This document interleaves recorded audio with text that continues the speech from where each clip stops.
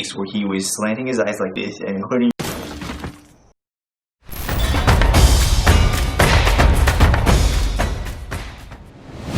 Now, as you can see behind me, the green screen is not currently up. I was actually in the process of filming a comprehensive description of the entire N room case. It's going to be multiple parts. It's going to be very informative. However, I ran into some technical difficulties while dealing with that, and I don't think I can get it out to you next week, but I really want to get a video out as soon as possible. So I'm going to go ahead and talk about some of the top stories being discussed here in Korea this past week. Now, the first one you may have heard about, it's about a group of about 5 high school students here in Korea dressing up as the Ghana Pallbearers. Nothing too crazy about that except for the fact that they were wearing black makeup, which some are calling blackface. Now, there was a lot of outrage amongst Korean citizens saying how it was in very bad taste and how this is racism and whatnot. However, some other netizens are saying that it was actually the teacher's fault for not properly educating the students on what's right and what's wrong. And of course, as you guessed it, most of the people freaking out are not actually black people, but people from other races, especially white people, going out and claiming how racist this is and how horrible and disgusting and how offended they are and all these things. 2020 culture of what it's become right now. I think at worst this picture is a whole bunch of kids messing around, possibly ignorant, and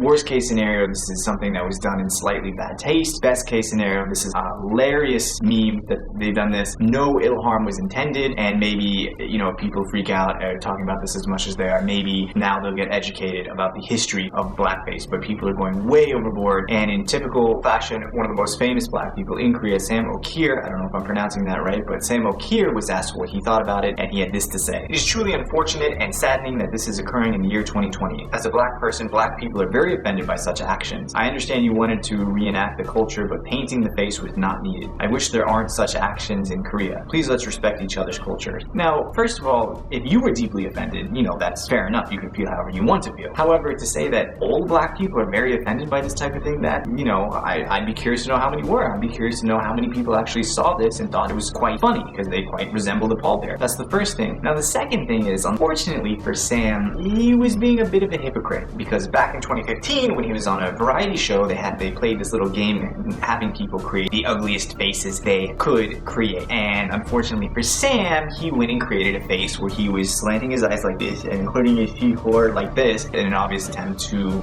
try to mimic, someone of Asian descent. And at that time, I don't know how well it was received or not. However, now that he's making this claim about the Korean high school kid pallbearers being extremely racist and extremely disappointed in that type of behavior, netizens are striking back saying, if you were so disappointed in that behavior, why in 2015 did you think, moving your eyes back like that and putting your teeth forward, why did you think that was appropriate when that's clearly racist against Asians? However, I'd like to know what you guys think. So if you guys think the Korean high school students dressing as Ghana Pallbearers is too much, or you think that people are overreacting too much, or you think Sam is being hypocritical or not, I want to hear what you guys have to say in the comments below. Now on to story number 2. Story number 2 is about a person in the National Assembly, which is the Korean equivalent of the US Congress, ho-jeong. She dressed up in a red dress, a dress you would typically normally see if you're walking down the street, when she was appearing in a session of the National Assembly, and that sparked a lot of criticism from people all over, saying such comments as, oh, she looks like she's someone that works at a bar. And to be honest,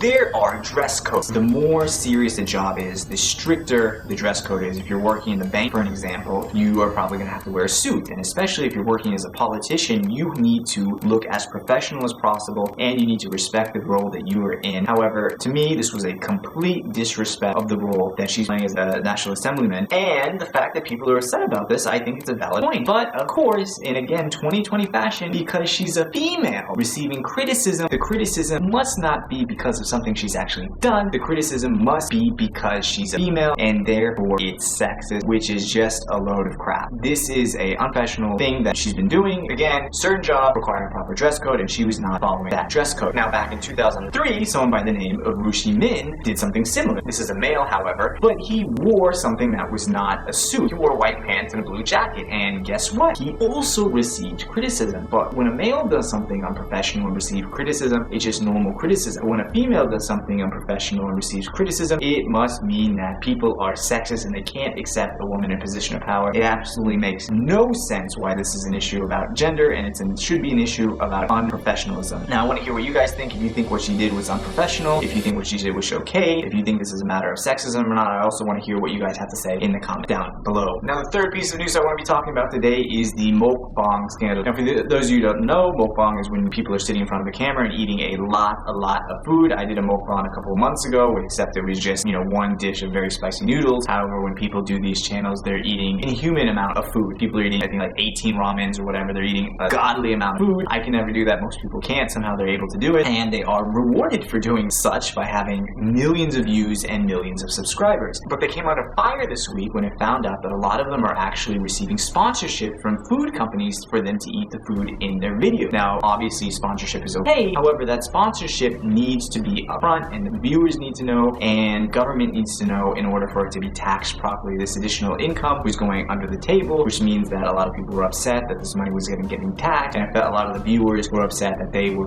being lied to. These YouTubers were eating food that was really product placement. Now, do I think that's really a big deal? No, not really. I don't know why people are upset. I would imagine that people are upset because people think that having a mukbang channel is a very easy way to make money, and that they're already under high scrutiny for doing anything because the netizens feel like you're making money this easily. It's not very fair. However, you're following the rules of society, so I'll let you be and I'll support you, whenever. But now that it comes out that they were kind of getting this paid promotion without officially stating it, now people are very upset that they were getting all this additional money. And I think that has something to do with people in Korea feeling that it's very difficult economically to get to the next level, and people are stuck, and anyone that's making a lot of money, they're automatically under the public eye, and scrutiny should be brought upon them if they were breaking any rule, no matter how small or how insignificant it may be. I'm not going to name any of their names because I don't really want to support these people, not because I'm against them, but because I'm against mukbang in general. I think it's very perverted. I think it's weird watching other people eat. I think it's sickening. It's supporting an unhealthy lifestyle,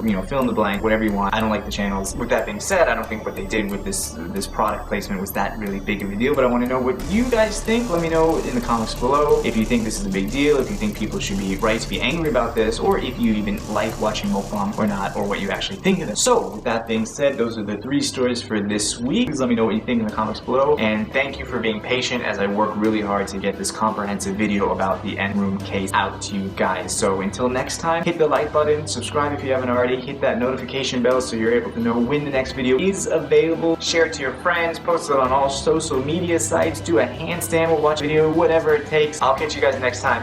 Have a good one.